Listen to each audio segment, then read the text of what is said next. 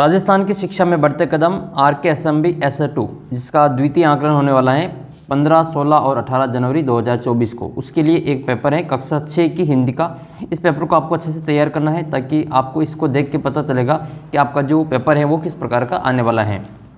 तो आइए द्वितीय योगात्मक आकलन कक्षा 6 विषय हिंदी का हम पेपर इस वीडियो में देख लेते हैं। इस प्रकार का आपके पेपर आएगा और आपको एक OCR शीट दी जाएगी जिसमें आपको प्रश्नों के उत्तर टिक करने हैं इस प्रकार से।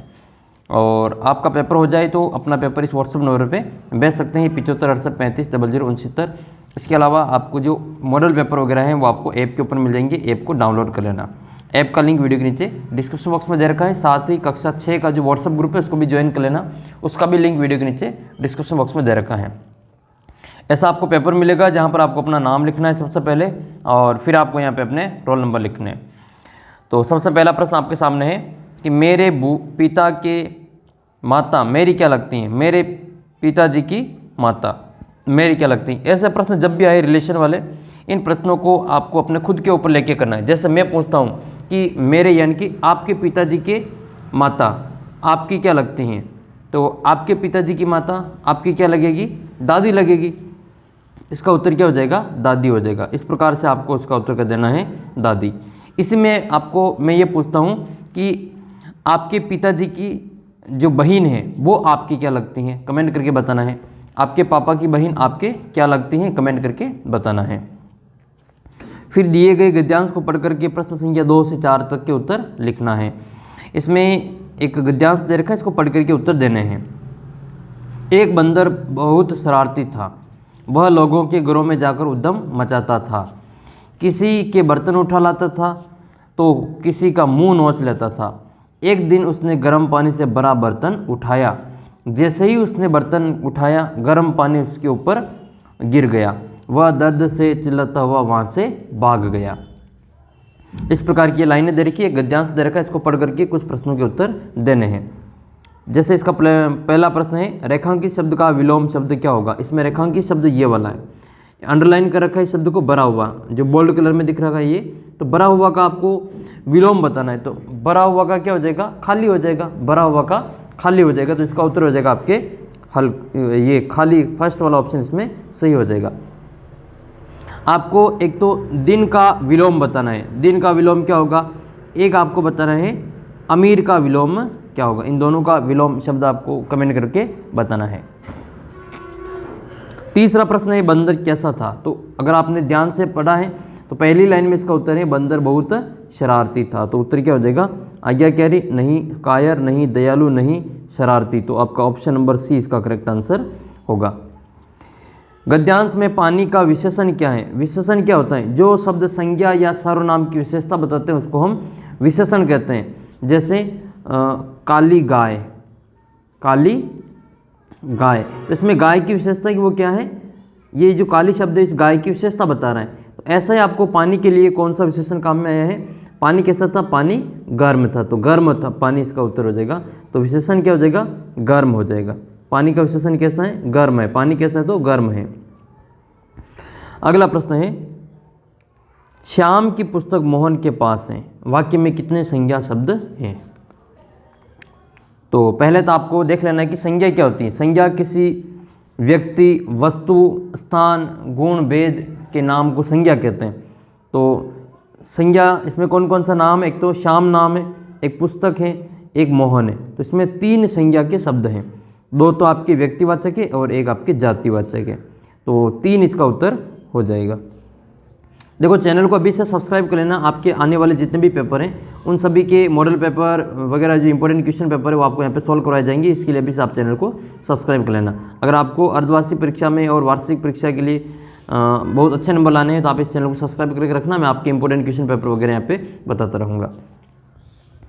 प्रश्न संख्या 6 है समीर सुरीला गाना रहा है, खाली स्थान में कौन सी क्रिया शब्द आएगा।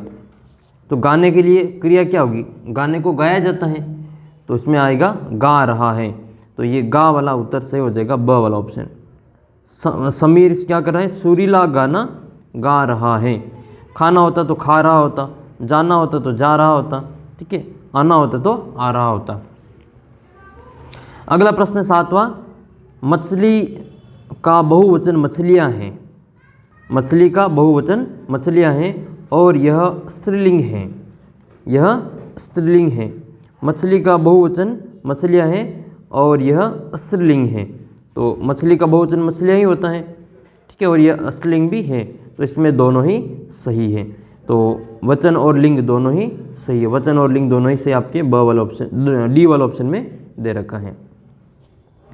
8वां प्रश्न है, अमित कल ही उदयपुर जाएगा, यह कार्य किस काल में पूर्ण होगा? तो अमित कल ही उदयपुर जाएगा, जाएगा यानी कि आने वाले कल की बात कर रहा है वो। आने वाला कल मतलब भविष्य काल की बात कर रहा है, फ्यूचर की बात कर रहा है। तो फ्यूचर आपके भविष्य काल को कहते हैं। तो आपके सी वाला ऑप्शन सही हो जाएगा। जैसे अमित आज उदयपुर जा रहा है तो वर्तमान काल है। अमित कल उदयपुर गया तो ये भूतकाल की बात है। अमित कल उदयपुर जाएगा तो ये भविष्य काल में। अगला प्रश्न है क्वेश्चन नंबर 9, जिसे अक्षर का ज्ञान न हो उसे क्या कहते हैं? निरक्षर, अज्ञानी, अव्वल या होशियार। उसको जिसको भी अक्षर का ज्ञान नहीं हो उसको निरक्षर कहा जाता है। निरक्षर, इलिटरेट्स को कहा जाता है। फिर आपको 10वें से 11वें प्रश्न का जो उत्तर है वो पंक्तियों को पढ़ के उत्तर देना है। इसमें आपकी पंक्तियाँ दे रखी, मोर को अपनी सुंदरता पर बहुत घमंड था, लेकिन एक बार तालाब में अपनी परछाई देखी। उसने अपने पैर देखकर बहुत दुखी हुआ। वह अपने पैर देखकर बहुत ही दुखी हुआ। ये 2 पंक्तियाँ हैं, उसको पढ़ करके इन प्रश्नों के उत्तर देने हैं। रेखांकित शब्द का आपको समानार्थी शब्द बताना है। तालाब, तालाब का समानार्थी क्या होगा? तालाब का पर्यायवाची क्या होता है? तालाब का मतलब होता है सरोवर, तो सरोवर हो जाएगा इसका उत्तर। तालाब का मतलब सरोवर हो जाएगा। ये जो दे रखा है पंकज, नीरज, जलज, ये कमल के समानार्थी शब्द हैं। ये किसके समानार्थी शब्द हैं? कमल के।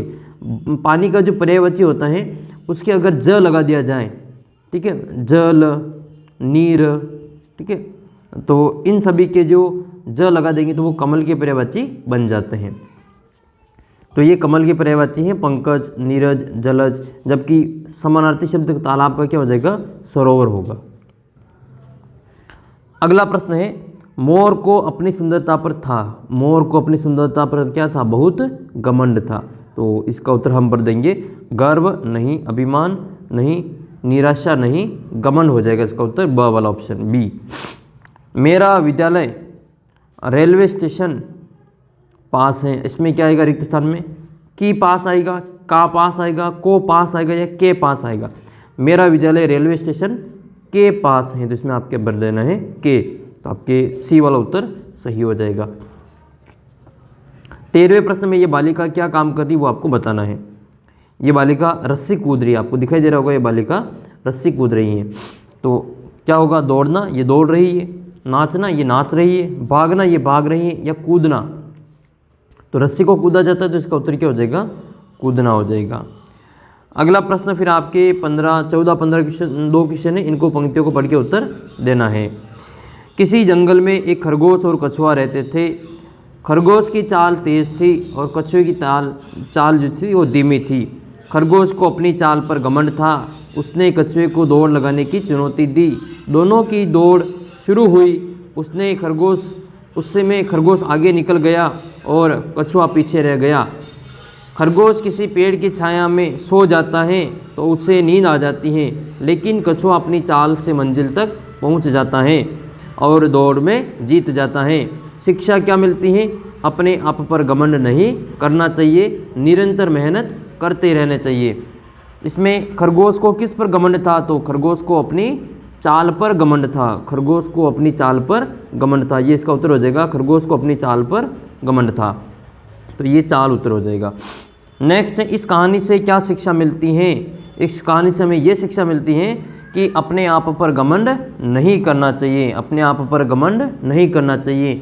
आपको चाहे कितना भी अच्छा आता हो, आपको निरंतर तैयारी करते रहना चाहिए, निरंतर प्रयास करते रहना चाहिए, अधिक से अधिक संख्याएं, अधिक से अधिक ज्ञान प्राप्त करते रहना चाहिए। आपको अपने ज्ञान पर भी घमंड नहीं होना चाहिए। तो ये एक पेपर था हिंदी का। आप ये वीडियो कहाँ से देख रहे हैं, आपका स्कूल का नाम क्या है, आपका नाम क्या है, कमेंट करके बताना है, और कौन से ज़िले से आप ये वीडियो देख रहे हैं कमेंट करके ज़रूर बताना। इसी प्रकार के आपके गणित के और अंग्रेजी के पेपर भी अपलोड किए कर रखे हैं, तो आप उनको भी देख लेना, चैनल सब्सक्राइब कर लेना और अपना जो ऐप है इसको डाउनलोड कर लेना। 30 क्लास का व्हाट्सअप ग्रुप है, इसको भी ज्वाइन कर लेना। व्हाट्सअप ग्रुप का लिंक इस वीडियो के नीचे डिस्क्रिप्शन बॉक्स में दे रखा है, तो आप वहाँ से इसको ज़रूर से डाउनलोड करके देख लेना। मिलते हैं आपको अगले वीडियो में, तब तक जय हिंद जय भारत।